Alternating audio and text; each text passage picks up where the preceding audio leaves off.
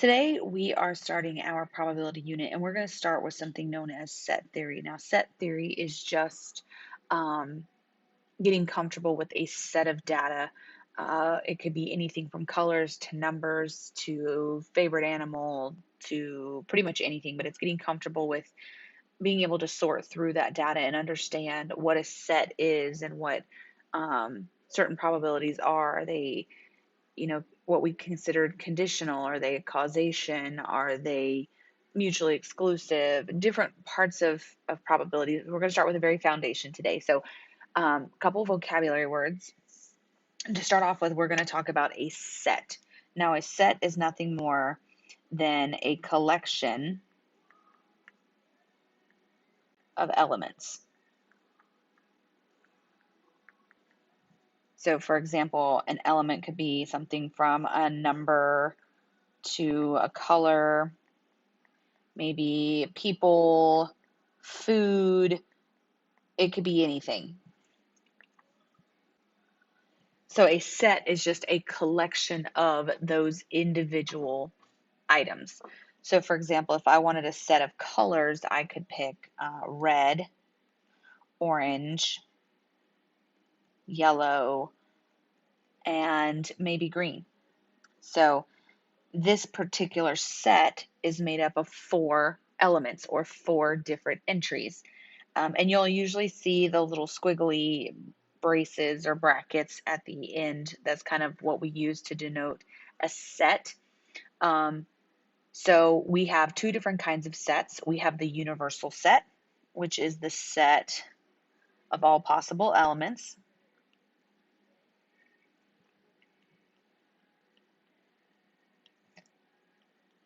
And the easiest example to talk about in terms of a universal set is digits.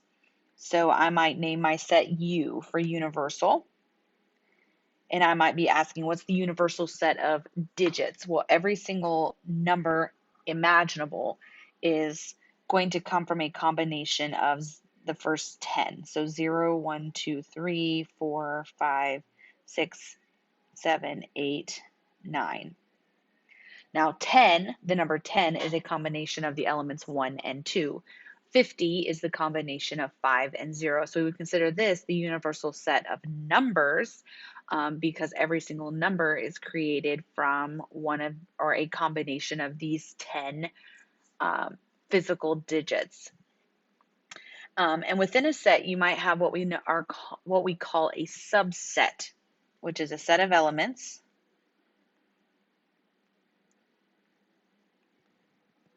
from the universal set.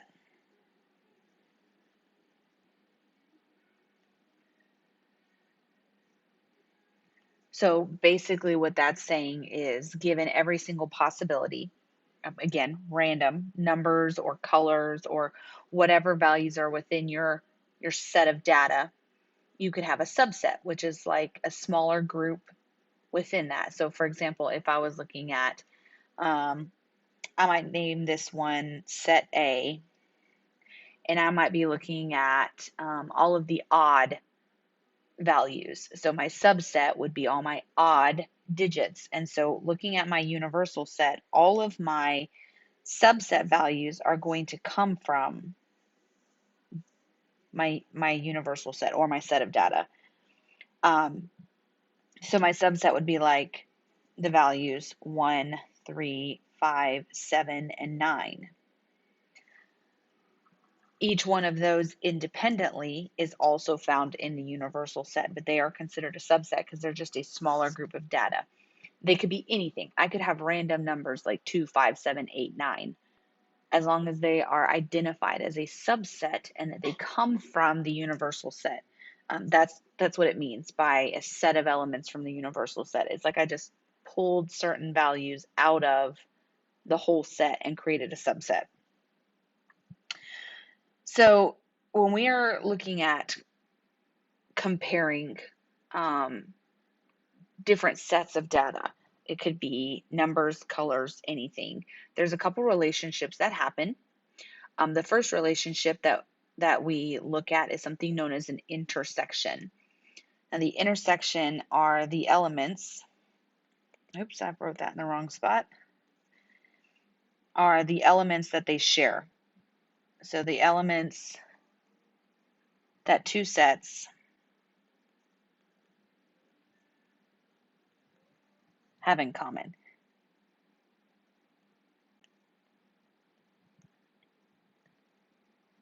So if you're looking at two sets of data and you're thinking about the intersection, you can think about it as the word and.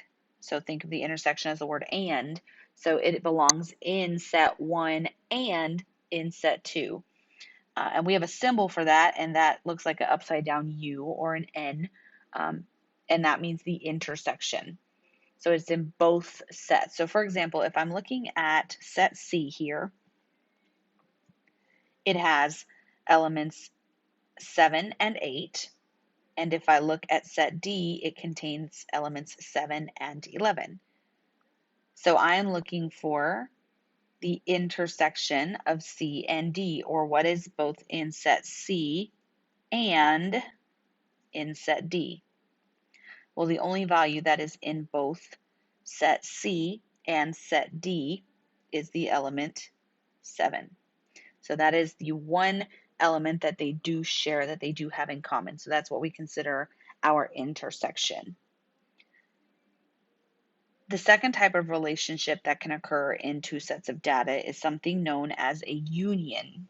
Now, a union are where you take your elements and you combine them. So elements from both sets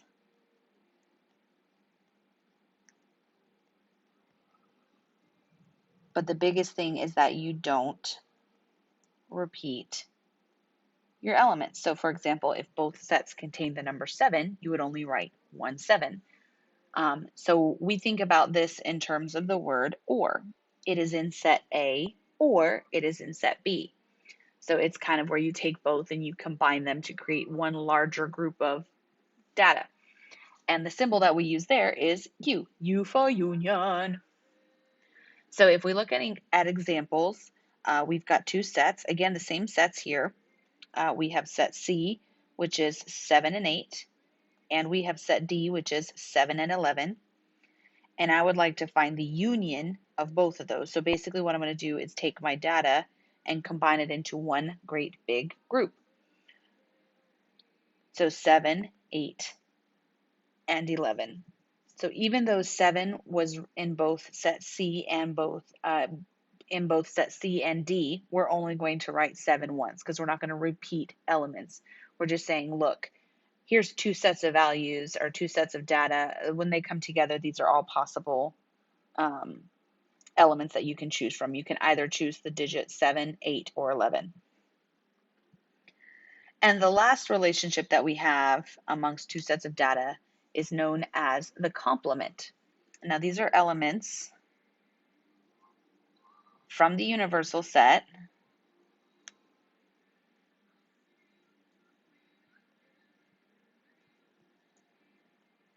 Now, they're elements from the universal set that are not shared. That are not in that set. Get it all written out and I'll explain it. So elements from the universal set that are not in that set. So it's basically the pieces that are missing when you're comparing two different kinds of sets. So the universal set being all possible options. Then you have a smaller subset.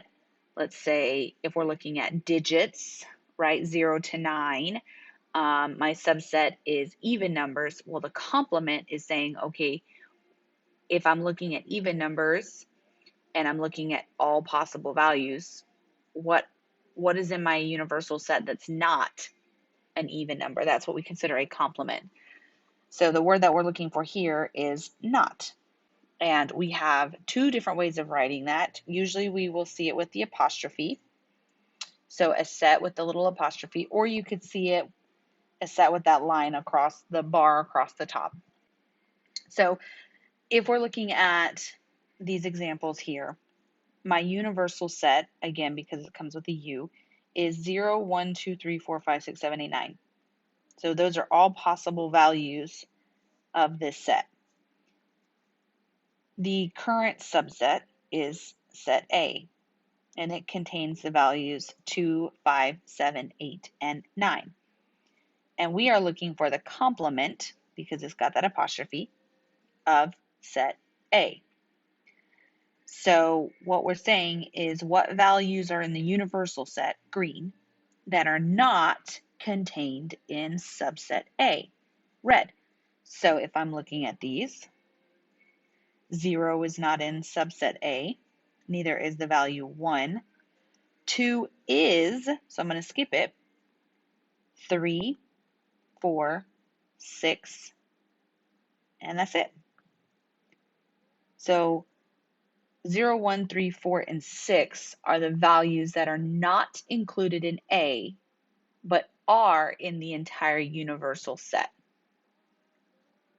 So if you were to put these two together, so let's say you were to combine A and the complement of A, you're going to get the universal set back. So if I took all of these values and combined them with all of my A values, I'm going to get every single universal value back. So they're like opposites. You can almost think of them as opposites. So let's work a couple of examples together. So example 1, a large bag of marbles of the following color, or a large bag holds marbles of the following color, blue, green, orange, and pink. A small bag holds marbles of the following color, red, green, yellow, and orange. So part 1 asks us to define the universal set. So this is the list of all colors in both bags. So I have a blue, a green, an orange, a pink, a red, I've already used green, a yellow, and an orange. So each one of those is a possible marble color in both of the bags. Part 2 says define the two subsets of the universal set. Well, I have a large bag. Within that large bag, I have blue, green, orange, and pink. And I have a small bag. Within my small bag, I have red, green, yellow, and orange. All of that came from given information from the example. So part 3 is asking us to draw a Venn diagram that represents the universal and the two subsets. Venn diagrams are excellent visual representations of intersections and unions and complements. So here is my Venn diagram. So every Venn diagram starts off with a box. And within that, I have two circles. Let's do green for my large bag and red for my small bag. So I'm going to label this large bag and small bag, my two subsets. So the box represents the universal set. That is all possible combinations. L represents my large bag, S represents my small bag, and I'm going to go through and fill in the Venn diagram based off of the marbles in the bag. So the large bag does contain a blue, it does contain a green, and an orange, but if I look, not only is orange in the green bag, but orange is also in the red bag. So I want to put it where the two circles intersect. And pink.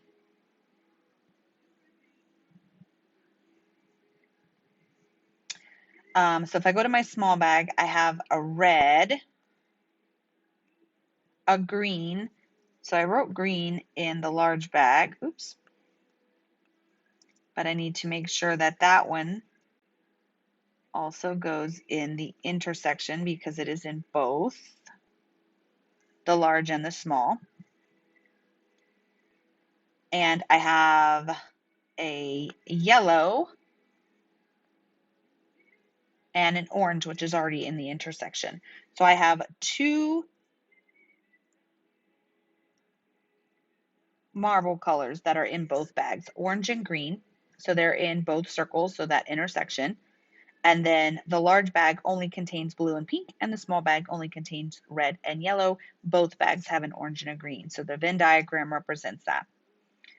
Question number 4 is asking us to find the intersection and the union. So first, let's find the intersection. So we want to know where the large bag intersects with the small bag. So if I'm looking at my Venn diagram, I want to know where does my green circle and my red circle intersect, and what does it contain? So it contains both an orange and a green.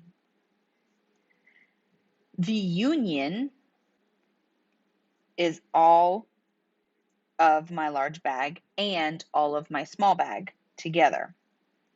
So blue, pink, orange, green, red, and yellow.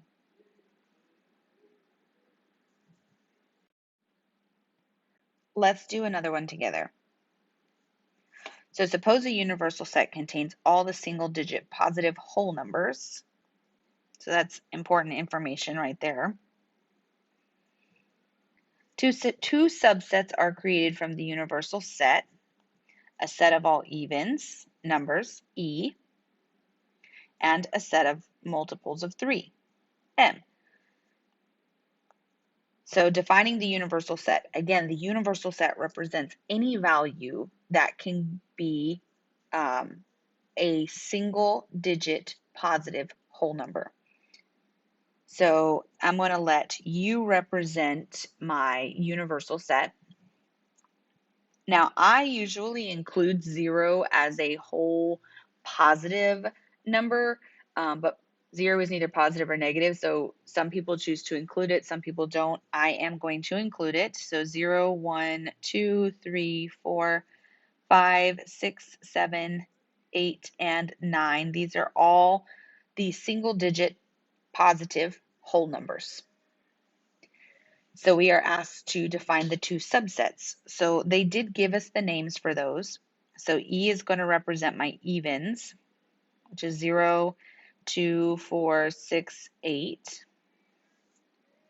And M, which is your multiples of 3. So 3, 6, 9.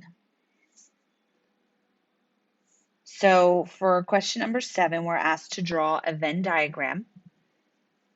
So I'm going to have 2 circles in here that represent my subsets, my even values, and my multiples of 3. And the box represents the universal set. So if I'm looking, I have one value that is both even and a multiple of 3. So that's going to go where the 2 circles intersect. So I have 0, 2, 4, and 8 are my even numbers, and 3 and 9 are my multiples of 3, and 6 is both even and a multiple of 3. Now that is not the only values from our universal set. Some of the values in our universal set are neither even nor a multiple of 3. So for example, the number 1. The number 1 is not even. It is also not a multiple of 3, but it belongs to the universal set. So it's going to go in the box, but not the circles. The number 5 is also neither even nor a multiple of 3. So it is going to go in the box, but not the circle. And lastly, the number 7 is neither even nor a multiple of 3. So again, it will go in the box, but not the circles, because it does belong to the universal set, but it does not belong to either subset. So if we look at number 8, it's asking us to find the complement of E. So remember that that apostrophe means the complement of E. So basically everything that's not in E. So we would write that as E with that apostrophe. And again, we are looking for everything in the box that does not belong in the circle E. So I know for a fact the number 1 does not. The number 3 does not. is a multiple of 3. So it's in the green circle, but not the red circle. The number 5, 7, and 9. All of those values are still in the box, but they are not in the red circle at all. Number 9 is asking for the intersection. So remember that N stands for intersection. So the intersection of E and M is where your red circle intersects with your green circle. The only value or the only element contained in that intersection is the value 6. And lastly, we are asked to find the complement of E or M. So this is basically meaning everything that is not, because remember that bar means not, in E or M. So E or M, everything not in E or M. So the only values that are not in the red circle or the green circle are the values 1, 5, and 7.